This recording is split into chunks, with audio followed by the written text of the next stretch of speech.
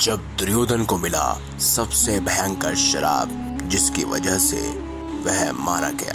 आखिर क्या था ये श्राप और आखिर ये श्राप उसे किसने दिया और उसे किस तरह से मिला ये श्राप, यह पूरी जानकारी मिलेगी आपको इस वीडियो में। अंत तक यह वीडियो जरूर देखें। आप देख रहे हैं द भक्ति।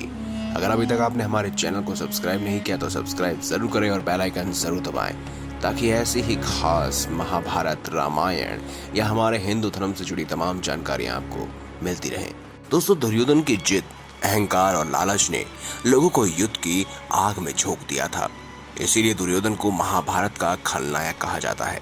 महाभारत की कथा में ऐसा प्रसंग भी आया है कि दुर्योधन ने काम पीड़ित होकर कुंवारी कन्याओं का अपहरण किया था। तो चलिए सुनते हैं उसका श्राप का किस्सा। एक बार महर्षि मैत्रेय हस्तिनापुर पधारे। विश्राम के बाद धृतराष्ट्र ने पूछा, भगवान, वन में पांचों पांडव कुशल पूर्वक तो है ना? महर्षि ने कहा, वे कुशल हैं, लेकिन मैंने सुना है कि तुम्हारे पुत्रों ने पांडवों को जुए में धोखे से हराकर वन भेज दिया। ऐसा कहकर पीछे मुड़ते हुए उन्होंने दुर्योधन से कहा, तुम जानते हो पांडव कितने वीर और शक्तिशाली हैं। महर्षि की बात सुनकर दुर्योधन ने क्रोध में आकर अपनी जांघ पर हाथ से ताल ठोक दी। दुर्योधन की है उदंडता देखकर महर्षि को क्रोध आ गया। उन्होंने कहा कि तू मेरा तिरस्कार करता है, मेरी बात शांतिपूर्वक सुन नहीं सकता। जा उदंडी, जिस जांघा पर तू ताल ठोक रहा है उस जांघा को भीम अपनी गदा से तोड़ देगा। बस यही श्राप दुर्योधन को ले डूबा। दुर्योधन की 3 गलतियां जिसकी वजह से उसको इस खास श्राप का असर भोगना पड़ा। भीम ने दुर्योधन की जंघा उतार दी थी। वह खून से लथपथ होकर रणभूमि में गिरा हुआ था। बस कुछ ही समय में दम तोड़ने वाला था, लेकिन भूमि पर गिरते हुए उसने श्री कृष्ण की ओर देखा और अपनी 3 उंगलियां बार बार उठाकर कुछ बताने का प्रयास किया। पीड़ा के कारण उसके मुंह से आवाज धीमी धीमी ही निकल रही थी। ऐसे में श्री कृष्ण उसके पास गए और कहने लगे, क्या तुम कुछ कहना चाहते हो? तब उसने कहा कि उसने महाभारत के युद्ध में 3 गलतियां की हैं। इन्हीं 3 गलतियों के कारण वह युद्ध नहीं जीत सका और उसका यह हाल हुआ।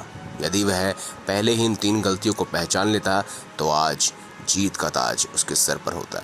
श्री कृष्ण ने सहजता से दुर्योधन से उन 3 गलतियों के बारे में पूछा तो उसने बताया, पहली गलती ये थी कि उसने स्वयं नारायण के स्थान पर उनकी नारायण सेना को चुना, यानी कि भगवान कृष्ण को उसने ना चुनकर उनकी सेना को चुना।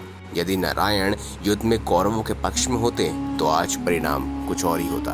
दूसरी गलती उसने ये बताई कि अपनी माता के लाख कहने पर भी उनके सामने पेड़ के पत्तों से बना लंगोट पहनकर आ गया।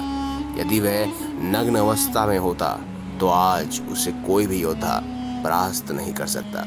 तीसरी और अंतिम गलती उसकी ये थी कि युद्ध में आखिर में जाने की भूल उसी ने की। यदि वह पहले ही जाता तो कई बातों को समझ सकता था और शायद उसके भाई और मित्रों की जान बच जाती। श्री कृष्ण ने विनम्रता से दुर्योधन की हजारी बातें सुनी और फिर उन्होंने उससे कहा, तुम्हारी हार का मुख्य कारण तुम्हारा अधर्मी व्यवहार और अपनी ही कुल वधू का वस्त्रहरण करवाना था।